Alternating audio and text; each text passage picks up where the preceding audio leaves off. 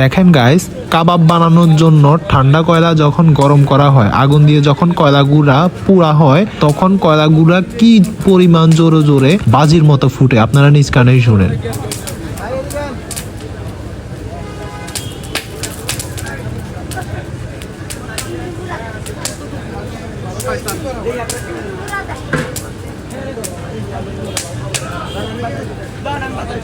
এই কয়লাগুলা দিয়ে যখন কাবাব করা হয়, আস্তে আস্তে গরম করে করে হিট দিয়ে দিয়ে যখন কাবাব করা হয়, ওই কাবাবের টেস্ট জাস্ট মাথা নষ্ট হয়।